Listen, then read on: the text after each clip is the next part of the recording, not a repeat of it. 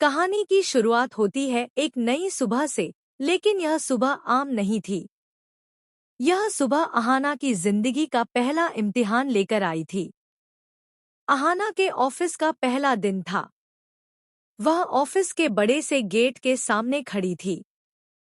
चेहरे पर डर नहीं, आंखों में आत्मविश्वास और कदमों में मजबूती।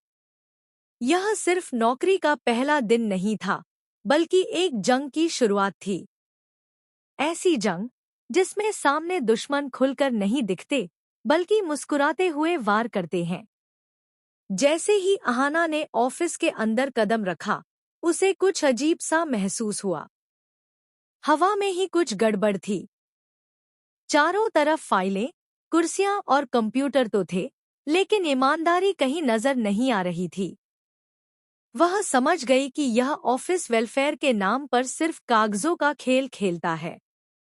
यहाँ इंसाफ नहीं, सिर्फ सेटिंग चलती है। अहाना को देखते ही बॉस अपनी कुर्सी पर पीछे टिक गया और बनावटी मुस्कान के साथ बोला, अहाना जी, यहाँ का सिस्टम थोड़ा एडजस्टमेंट पर चलता है। आसपास बैठे कर्मचारी भी हल्की हल्की मुस्कान के साथ इशारों में कहने लगे, मैडम, ज्यादा सच्चाई यहाँ पसंद नहीं की जाती। लेकिन अहाना चुप रहने वालों में से नहीं थी। उसने बिल्कुल सीधे शब्दों में जवाब दिया, मैं एडजस्टमेंट के लिए नहीं, इंसाफ के लिए आई हूं। और जहां सच बोलना बंद हो जाता है, वहां मैं खड़ी हो जाती हूं। यह सुनते ही पूरे ऑफिस में सन्नाटा छा गया। कीबोर्ड रुक गए, फाइलें बंद हो गईं और बॉस के चेहरे की मुस्कान धीरे धीरे गायब हो गई। उसकी आवाज में अब तल्खी थी, ज्यादा हीरो बनने की जरूरत नहीं है, मैडम। अहाना ने फाइल बंद की, कुर्सी सीधी की और शांति से कहा, हीरो मैं नहीं, मेरी कुर्सी का फर्ज है। और उसी पल से ऑफिस में अहाना के लिए मुश्किलों की पटकथा लिखी जाने लगी।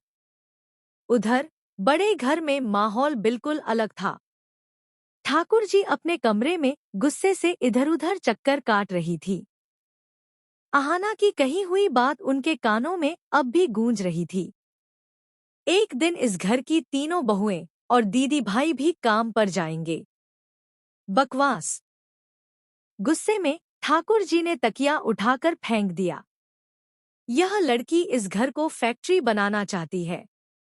गुस्से और थकान में ठाकुर जी बिस्तर पर लेट गईं। आंखें बंद हुईं और तभी एक अजीब सा सपना शुरू हो गया। सुबह का वक्त था। बड़े घर का आंगन। ठाकुर जी खुद हाथ में झाड़ू लिए पोछा लगा रही थी।